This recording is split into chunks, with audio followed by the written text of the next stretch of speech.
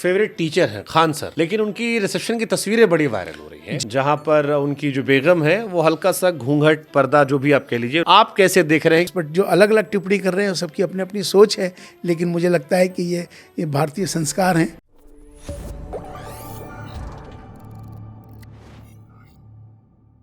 Favourite teacher हैं Khan sir, Patna में है। आप भी नहीं जा पाए, हम भी नहीं जा पाए, जी। उनके रिसेप्शन में नहीं जा पाए। जी, उन्होंने बुलाया था। जी। लेकिन उनकी रिसेप्शन की तस्वीरें बड़ी वायरल हो रही हैं जी, जहां पर उनकी जो बेगम है वो हल्का सा घूंघट पर्दा जो भी आप कह लीजिए उन्होंने कर रखा है। जी। और उसको लेकर बड़ी चर्चाएं चल रही हैं कि कई अलग अलग चर्चाएं चल रही हैं। एक नज़रिया चल रहा है कि सोशल मीडिया आजकल सेफ नहीं रह गया, इसलिए शायद उन्होंने छिपा लिया हो।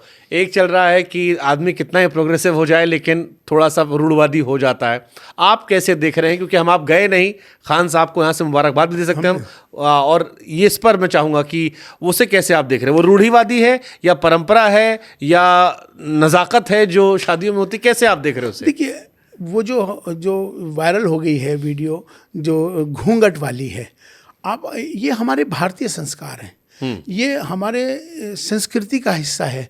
या आप किसी भी शादियों में जाएंगे, हमारी जो दुल्हन होती हैं वो घूंघट में रहती हैं। ख़ास तौर पर राजस्थान, बिहार, महाराष्ट्र, आप कहीं भी जाइए तो नई नवेली दुल्हन हमेशा घूंघट में रहती है। ये हमारे यहाँ की संस्कृति है।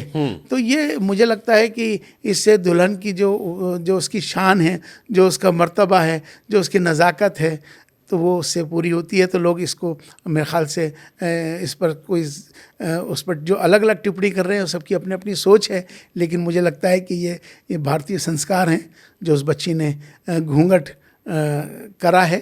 तो एक आप कैसे देखते हैं खान सर पटना वाले को कि वो भी हिंदू मुस्लिम एकता की बड़ी बात करते हैं और उनको भी बड़ा वर्ग सुनता है और वो भी देशभक्ति के कट्टर पैरोकार हैं जो अक्सर हर मजबूत विषय पर आते हैं? और मुझे बड़ी खुशी होती है कि वो अलग अलग विषयों पर बोलते हैं, क्योंकि भी एक एक्ट्रेस थी, उन्होंने कहा था इस देश के मुसलमानों को लेकर कि अगर आप ऐसे समय में खामोश रहेंगे तो शक पैदा होता है। एक मुस्लिम एक्टर ने टीवी की, उन्होंने एक टिप्पणी की थी कि अगर आप ऐसे संवेदनशील मसलों पर खामोश रहेंगे ये सोचते हुए कि पाकिस्तान में आपका कोई फ़ैन नाराज़ ना हो जाए, तो फिर आप शक पैदा करते हैं। लेकिन खान सर जैसे लोग या आप जैसे लोग जो हैं वो हर बार खुलकर बोलते हैं। तो मैं चाहता थोड़ा उनके बारे में आप बताएं। शादी का मौका गए नहीं है, इसी बहाने हम और आप थोड़ा सा उनसे माफ़ी नहीं, दरअसल क्या है कि उनकी फैंस फॉलोइंग बहुत है, बहुत सारे लोग उनको फॉलो करते हैं। उनका अपना एक तरीका है पढ़ाने का, समझाने का, जिसकी वजह से बड़े फेमस हो गए हैं वो, और उनका नाम खान सर के नाम से वो जाने जाते हैं। उन्होंने हमको दावत दी थी, चूँकि मैं बेंगलोर में था। उन्होंने कहा कि मेरे 2 तारीख को आप बोले रिसेप्शन है, उसमें आप आएँ। उन्होंने मुझे दावत दी ज़ाती तौर पर, तो खैर मैं नहीं पहुंच पाया। लेकिन उनका तरीक़ाकार भी, देखिए, बहुत से जो लोग हैं ना अपने अपने तरीके से जिस बात को रखते हैं तो लोग मानते हैं। तो आज राष्ट्रवाद की बात हो, राष्ट्रीयता की बात हो, ये हमको कॉमन एक दूसरे करनी चाहिए, जिससे कि हमारे अंदर एक मजबूती पैदा होती है। धर्म एक अलग चीज़ है, धर्म सब अपने अपने मनाते हैं, सबके मान्यताएं हैं, ठीक है। लेकिन हम जहाँ एक हो जाते हैं राष्ट्र के विषय पर, चूँकि राष्ट्र प्रथम है, हम हमेशा एक बात कहते हैं, देश हमें देता है सब कुछ, हम भी तो कुछ देना सीखें। राष्ट्र के प्रति भाव सबका आना चाहिए और राष्ट्र और राष्ट्रीयता की बात हम सबको करनी चाहिए, जिससे कि हमारे अंदर एक मजबूती पैदा होती है भारतीयता की। आओ हम सब मिलकर हम भारत को मजबूत करें, भारतीयता को मजबूत करें, राष्ट्र सर्वोपरि है। सर, आखिरी सवाल, मुझे लगता है इस देश के मुसलमानों को अपना आइकॉन जैसा मौजूदा दौर में दिखाया ओवैसी साहब, सूफिया कुरैशी जी या उमर अब्दुल्ला, कि अपने आंतरिक मसले होंगे, हम लड़ते झगड़ते रहेंगे, लेकिन जब देश का मसला आएगा तो फिर समूचा भारत एक साथ खड़ा हो जाएगा। यकीनन। आप इन तीनों कैसे, मैं चाहता हूं इन तीनों पर भी आप टिप्पणी करें, क्योंकि ये तीनों इस बीच में, इस घटना में हीरो के तौर पर आए और मुझे भी बड़ा ये कहने में खुशी भी हो रही है कि ऐसे लोगों के सामने आने से देश में माहौल बदलता है। यकीनन ये बिल्कुल बात सही है कि जिस तरह से अभी चूँकि पहलगाम के वाक़े के बाद से सारा देश एक हो गया और यहाँ चूँकि सबने अपनी राजनीति से हटकर यहाँ राष्ट्र का विषय बना लिया, चूँकि राष्ट्रीय विषय भी बन गया था ये, कि जो पहलगाम में आतंकवाद के ख़िलाफ़ और पाकिस्तान के ख़िलाफ़ पूरा भारत एक हो गया था।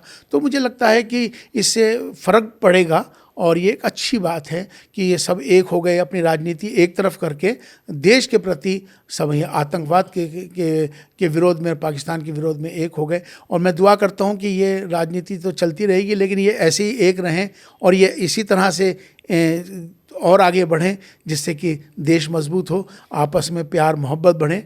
और मुझे लगता है कि ये इसी तरह से और आगे लेके जाए। सही बात है, अंदर जितना लड़ना है लड़ो, लेकिन जब बाहरी आदमी आए तो उसको उसकी हैसियत दिखा के अलग कर दो। यकीनन ये सबने अपने अपने तौर पे सबने अच्छा काम किया है इसमें।